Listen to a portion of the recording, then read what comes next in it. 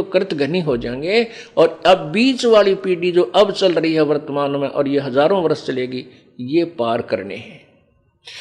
इन हजारों वर्षों में वो पुण्यात्मा परमात्मा पुनर्जन्म देगा उनको, जो परमात्मा के कोटे में, इस ब्रह्मांड के एक कोने में परमात्मा ने अपना एक विशेष स्थान राजदूत भवन की तरह स्थापित किया हुआ है, वहां उन पुण्यात्माओं को रखा हुआ है। अब वो पुण्यात्मा जो पुण्य कर्मों से परिपूर्ण होंगी, वो तुम्हारे घरों में जन्म लेंगी, तुम्हारे पुत्र या पुत्री रूप में।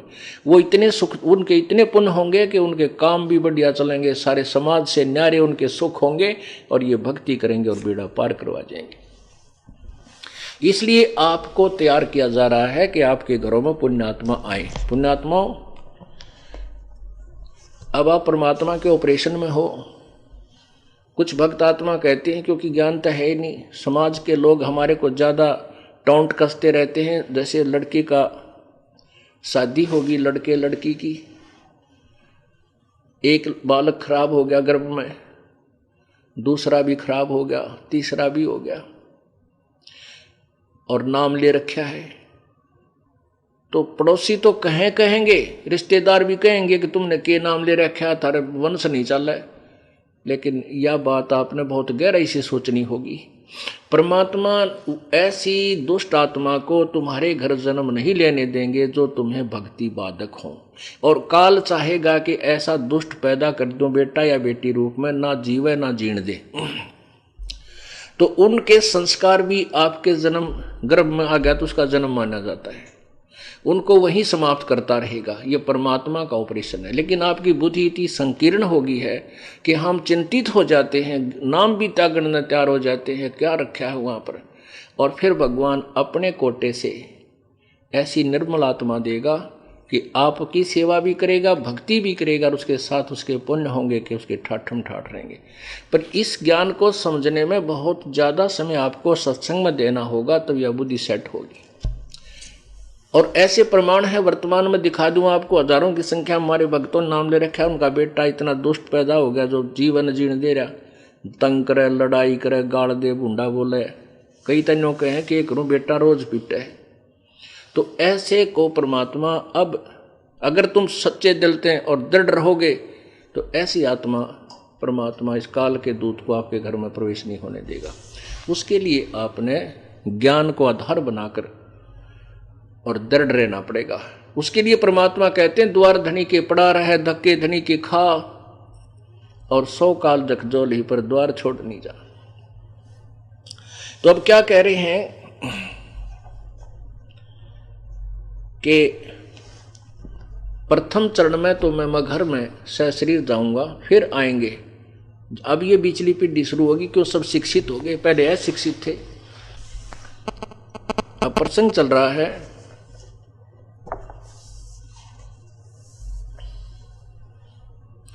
कि गीता जी में कहा है कि उस पूर्ण परमात्मा की महिमा तत्वदर्शी संत बताते हैं, और उस तत्व ज्ञान में परमात्मा के द्वारा, प्रभु के द्वारा अपने मुख्य ज्ञान में, अपनी वाणी में जो अपनी ही महिमा आप ही बताई है, उसके अंदर ये सभी क्रियाएं भगवान की भक्ति कैसी होनी चाहिए और कैसी नहीं होनी चाहिए, जो व्यर्थ है, उसका उस तत्व ज्ञान के अंदर विस्तृत वर्णन है। उसको किसी तत्वदर्शी संतों के पास जाकर समझ और उनसे फिर वो मार्गदर्शन प्राप्त कर। वही ज्ञान जो गरीबदास जी महाराज के माध्यम से परमात्मा ने अपनी वाणी को प्रकट करवाया है कि संवत 1774 सोई 75 सोई तागड़ प्रेम प्रगटै सोई। तो उसमें लिखा कि मेरी वहां वाणी प्रकट होगी, मेरी महिमा की वाणी प्रकट होगी, लेकिन उसके अनुयायी गरीबदास पंथ के 12वें पंथ के अनुयायी भी मेरी महिमा से अपरिचित रहेंगे, क्योंकि वो समझ नहीं सकेंगे। इसलिए नहीं समझ सकेंगे क्योंकि उनको तत्वदर्शी संत नहीं मिले। गरीबदास जी तत्वदर्शी संत थे, बंदी छोड़ थे। उनको परमात्मा ने बिल्कुल सख्त हिदायत दे दी थी, निर्देश दे दिया था कि सार नाम किसी को नहीं देना है। और ये तत्व ज्ञान भी नहीं बताना है। हाँ, मेरी महिमा और आपकी मेरी महिमा का गुणगान कर मैं तेरे साथ हूँ, शक्ति परमात्मा ने दी। गरीबदास जी ने बहुत चमत्कार दिखाए ताकि परमात्मा ये सिद्ध हो सके कि गरीबदास जी कबीर जी के उपासक थे और उन्होंने भी वो अनहोनी करके दिखाई जो जनसाधारण नहीं कर सकता। ईश्वरीय शक्ति युक्त थे। उसके कारण क्या हुआ कि परमात्मा की महिमा की वाणी अभी तक हमारे पास सुरक्षित रही, क्योंकि उनके अनुयायी इसको पढ़ते रहे। इसके पढ़ने से थोड़ा बहुत लाभ होता रहा ज्ञान यज्ञ का, बाकी उनके पास भक्ति नहीं है। तो अभी तक वो चलती आ रही थी, इसलिए हमें ये ज्ञान यों का तो सुरक्षित मिल गया। तो वो वाणी जो कबीर पर महिमा की वाणी है और गीता जी अध्याय नंबर 4 के श्लोक 34 में कहा है, वो आपको अब सुनाया जा रहा है। वो तत्व ज्ञान गीता अध्याय नंबर 4 के श्लोक 32 में जिसके विषय में कहा है कि वो परमात्मा की मुख वाणी में, उन्होंने तो वेद की वाणी में कहा नहीं, वेद की वाणी, वेद तो आपे वाणी है, वेद तो सारे ही श्लोक हैं, मंत्र हैं। वेद की वाणी की थी, वेद के मंत्र हैं, वो परमात्मा की महिमा के ही हैं। वेद मंत्र हैं, वेद के नहीं, वेद मंत्र हैं वो। और कबीर परमात्मा ने की वाणी, परमेश्वर की वाणी, वो आपको सुनाई जा रही है। अब इसमें क्या बताया है, ग्रीवन्योल नाद सुभान गति, वो लड़े भुवंग हमेशे, जड़ी जान जगदीश है, विष्णु व्याप शेष। अंश गवन करते नहीं मान सरोवर छाड़े, कौवा उड़ उड़ जाते हैं ये खाते मांसाहार। अंश दशा तो साधे हैं, सरोवर है सत्संग, मुक्ता हलबाणी चुगे फिर चढ़े नवेला रंग।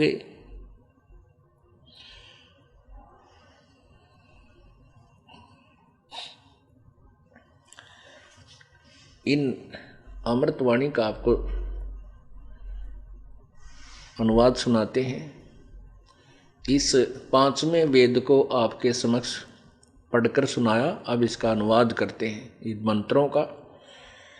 न्योली नाद सुभान गति। न्योल होता है एक नेवला, जिसे कहते हैं नेवला, एक जानवर है, गिलहरी से थोड़ा बड़ा होता है। आपने गिलहरी तो आम देखी होगी, उसी तरह का होता है। और वो सर्प के साथ पंगा मोल ले लेता है। सर्प होता है लगभग 8 फुट 9 फुट 10-10 फुट का लंबा और बड़े शरीर युक्त, और वो नेवला होता है सारा 10 इंच का, बड़े चूहे जैसा। तो वो सर्प के साथ लड़ता है। बताओ उसकी क्या औकात है, इतने बड़े जानवर के साथ वो छोटा सा जानवर लड़े। वो कैसे लड़ता है, वो क्या करता है कि एक जड़ी होती है, एक जड़ी होती है जंगल में, उस जड़ी की महक से सर्प को चक्कर आने लग जाते हैं। वो नेवला सर्प जब पंगा लेता है, उसको पता होता है कि यहाँ आसपास की झाड़ी में वो जड़ी है, तो उस झाड़ में जाकर के वो पहले घुसता है, फिर उस जड़ी की महक को अपने श्वासों के द्वारा अंदर ग्रहण करता है, फिर उसको रोक लेता है। रोक करके आके सर्प के पूंछड़ पर पंजे मारता, सर्प घूम कैसे आता है, फिर वो श्वास छोड़ देता है उसके सामने। तो वो जो जड़ी सूंघ के वो आया था, जैसे बीड़ी पीने वाले बीड़ी पी कर फिर धुआं रोक लें थोड़ी देर, फिर छोड़ रहा, तो ऐसे वो सर्प जो है, वो नेवला उस जड़ी को सूंघ के आता है और सर्प की तरफ उसने छोड़ देता है स्पीड से। तो वो सर्प के जो श्वास ग्रहण करता है तो उसको चक्कर आने लग जाते हैं। फिर सर्प सामने रुक नहीं सकता, वो अपनी जान बचाकर भागने की चेष्टा करता है। नेवला उसकी बूंदी पर जाकर पीछे से उसके मुख पर बैठ जाता है और उसको ऐसे बार बार वो महक छोड़ता रहता है और सर्प जो है निष्क्रिय हो जाता है, उसको सर्प को मार डालता है। अब नेवले की, सर्प की तुलना में नेवले की क्या औकात है कि वो लड़के सामने आकर के उससे लड़ सके और उसको हरा सके या मार सके, नहीं। लेकिन वो उसने एक विधि अपना ली, वो जड़ी ढूंढ ली जिससे सांप जो सर्प जो है कंट्रोल होता है। तो परमात्मा कहते हैं जड़ी जान जगदीश है विष्णु व्यापै शेष। न्योल नाद सुभान गति वो लड़े भुजंग हमेश। जड़ी जान जगदीश है विष्णु व्यापै शेष। परमात्मा ने क्या संकेत दिया है? आपको जो हमने सतनाम और सारनाम दे रखा है, जिनको सतनाम प्राप्त है, कहते हैं ये वो नेवले वाली जड़ी है और काल जो है ये सर्प है, बहुत इसको समझ लो शेष नाग के तुल जानो जिसके 1000 फुन हो। और ये श्वास का जो सिमरण सतनाम आपको दिया है ये वह जड़ी समझ लो, जड़ी जान जगदीश है। परमात्मा की शक्ति है उसके अंदर, इस मंत्र के अंदर। इस मंत्र का श्वास से सिमरण करते ही जो काल आपके ऊपर अटैक करता है वो निष्क्रिय हो जाएगा और काल सामने रुक नहीं सकता, वो भाग जाएगा। ना यमदूत रुक सकते ना ये भूत रुक सकते। तो यहां क्या बताते हैं? नौल नाद सुभान गति लड़े भुजंग हमें से। जड़ी जान जगदीश है व्यसनी व्यापै शेष।